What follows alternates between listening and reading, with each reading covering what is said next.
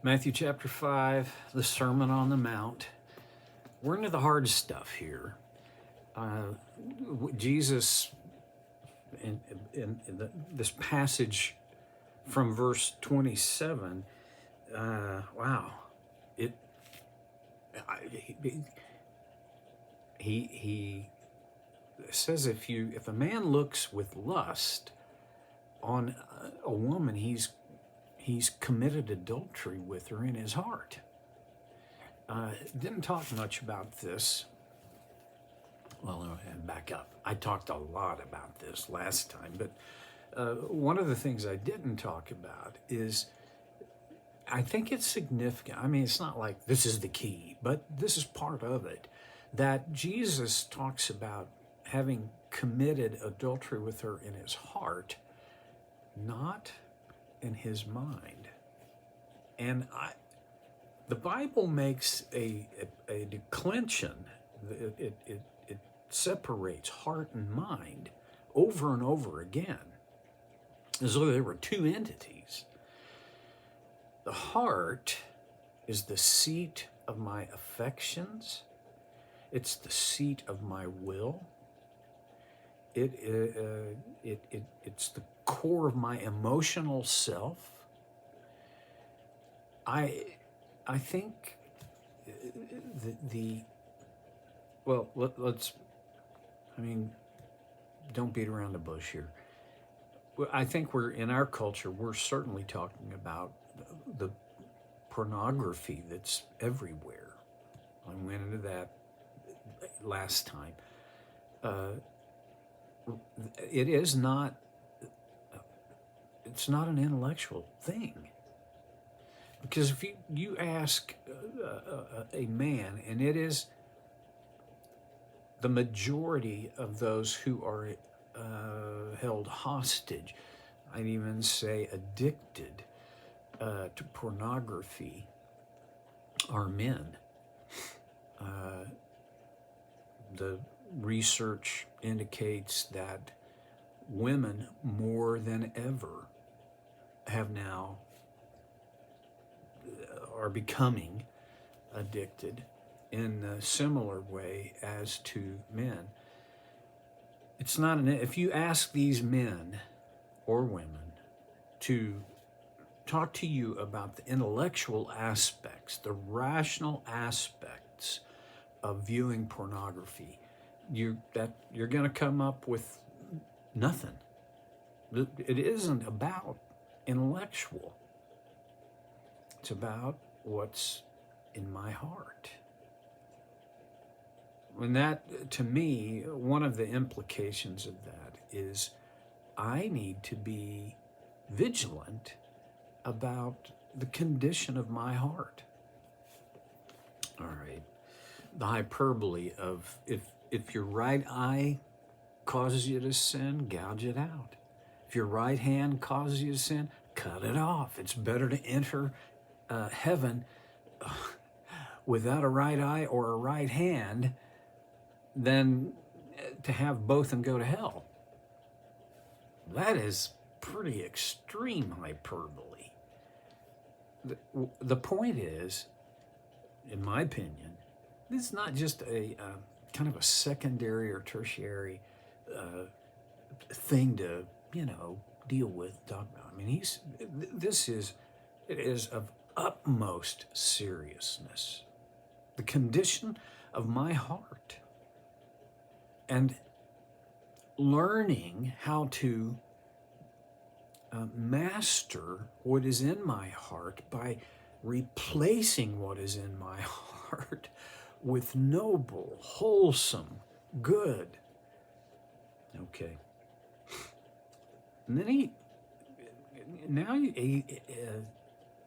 this passage on adultery and the next one are maybe the most relevant.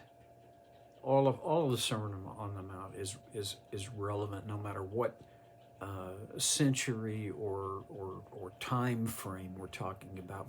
And really, it's transcultural. It doesn't matter what culture. All of these things matter. But his teaching on adultery, on emotional and the heart matters connected with adultery in the heart. There has never been, as long as there have been men with testosterone, this has been an issue. And it is even more so today because of the accessibility of pornography in our culture. Okay, move on, Steve. Now he gets into a difficult subject in our day. It has been said, which is really, it's just a rephrase of you have heard it said, anyone who divorces his wife must give her a certificate of divorce. Okay. Yeah, that was the law. Divorcing, and well, let's just look at it face on. In Jesus' day, it was a man's world. Okay. It was possible for a woman to divorce a man, but it was much more difficult. For a man in Jesus' day, in Jewish culture, a man could divorce his wife for virtually any reason. If he didn't like how she cooked, could divorce him. If he didn't like the way she looked, he could divorce her. If there any, I mean, and these are actual things that were taught by rabbis and teachers. But the law, the Mosaic law, made it clear that for a divorce to happen, there had to be a certificate of divorce. And this wasn't just something you sat down at the kitchen table and scrawled out on the piece of paper. Well, number one, they didn't have paper. They had papyrus, and they had parchment. But the concept behind certificate is it was certified. Evidence of being certified. Certificate. Okay. But I tell you, this is in verse 32, that anyone who divorces his wife except for marital unfaithfulness causes her to become an adulteress, and anyone who marries the divorced woman commits adultery. Okay, this is hard.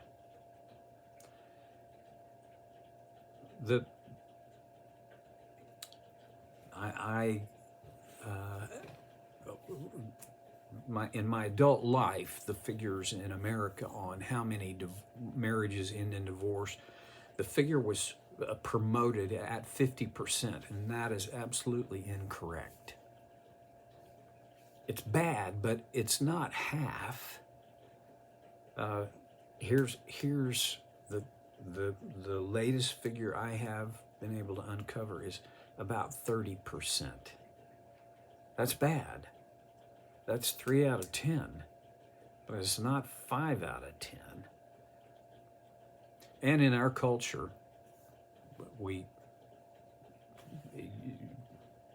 you hardly need a reason to divorce. We live in a no-fault world. Jesus said there is one reason, acceptable reason for a man to divorce his wife, and that is marital unfaithfulness.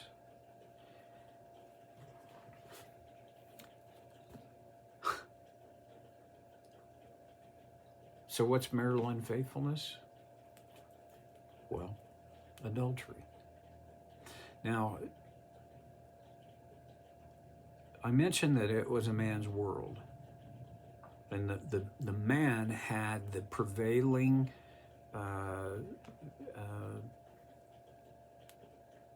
what's the word I'm searching for? They were given every benefit of doubt. And if they thought the woman was maritally unfaithful, that amounts to had been sexually involved with someone other than her husband. That's adultery. There's a kind of a lot of study and commentary on how was that discovered and to what degree did it have to be verified. Well, Jesus isn't, he's not going into that, but what he is saying is marriage, and okay, I'm interpreting here, but marriage is a lifetime commitment, and the only thing that would dissolve a marriage would be marital unfaithfulness, this sexual adultery. In our world, my experience, and I have limited experience, is that I have had the experience more often in my counseling and pastoral work where a man has committed adultery on his wife, fewer times when a wife has done this on her husband. And so, in my experience, we're talking about a wife having been defrauded and cheated by a husband. But doesn't the principle here still apply? That would be the primary reason. And if we take Jesus at his word, the only reason that the marriage could be dissolved. Interestingly, he is not saying that the marriage must be dissolved if this occurs.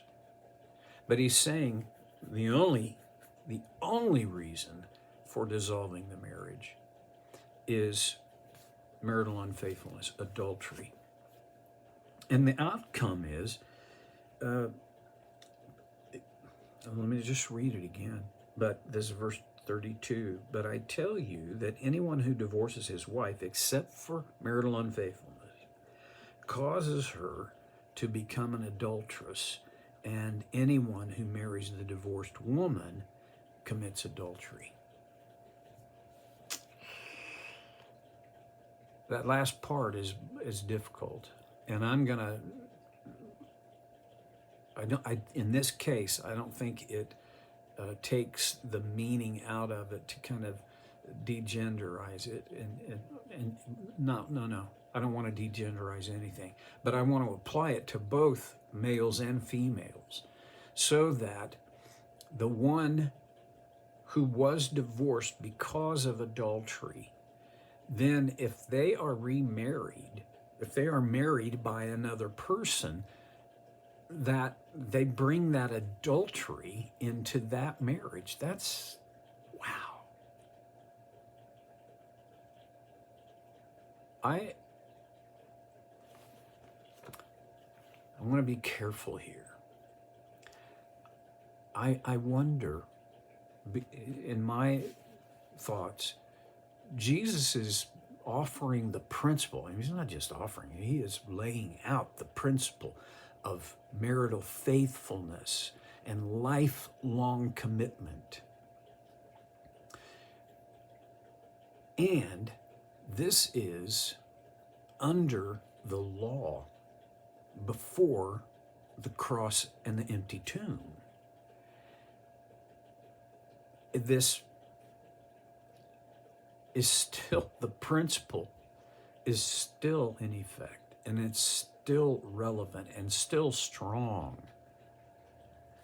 But there is the aspect that the adulterer can be forgiven. And what happened in their pre-Christ life, that book is closed because of the grace of Jesus. This is not easy. So my suggestion here is, let's not let the hardness and difficulty of this keep us from getting the principle. Start there and then apply the principles, which that's what Jesus did. Okay. Man, I wish I could say these things with fewer words and make it more clear, but that's the best I can do. I'll see you next time on So Care with Stevie Boy.